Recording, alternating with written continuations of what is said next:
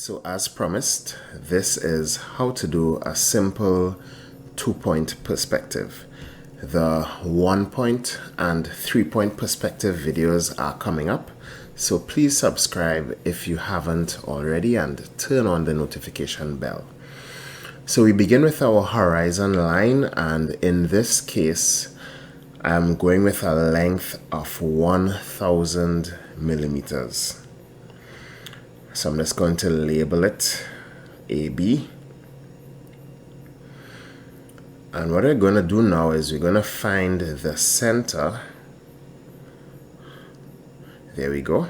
So you're going to find the center of the line.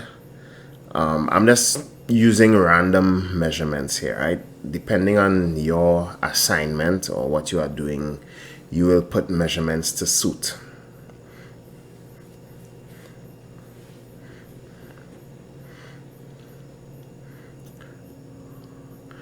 Okay, so we have our base point, or the lowest point of our object. So I'm just going to connect it to our vanishing points, which, by the way, in this case are points A and B. Now here I am wildly looking for the top of my line, or the top of the object, but it's not there. So in this case I'm going to use a height of 300 millimeters. So from the top of the object, I'm also going to connect it to the vanishing points. Right, so we're going somewhere.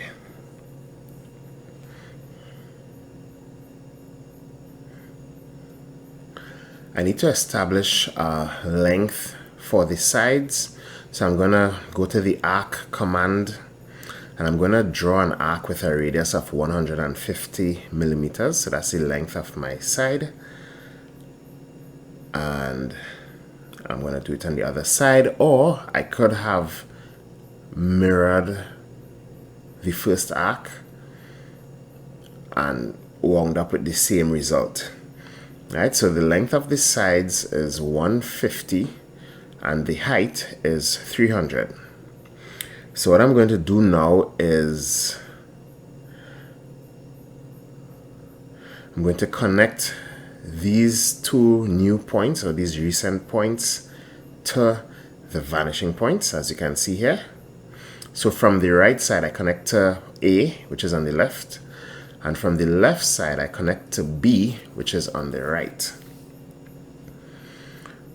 I'm simply going to fill in the rest of the sides here now with some vertical lines, and they begin at the same arc that cut off the top.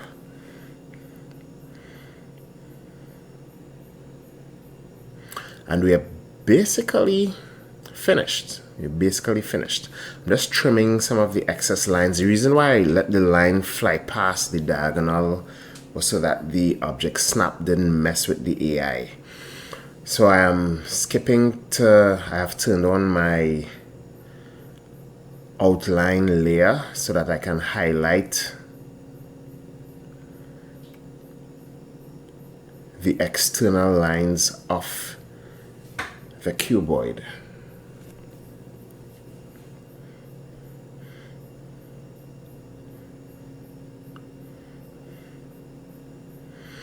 And that's it. This is it. This is how to do a simple 2-point perspective. Feel free to watch it as many times as you can. You can slow it down, rewind, fast forward. It's up to you. Thank you for viewing, and if you learned anything, please like and subscribe if you haven't already.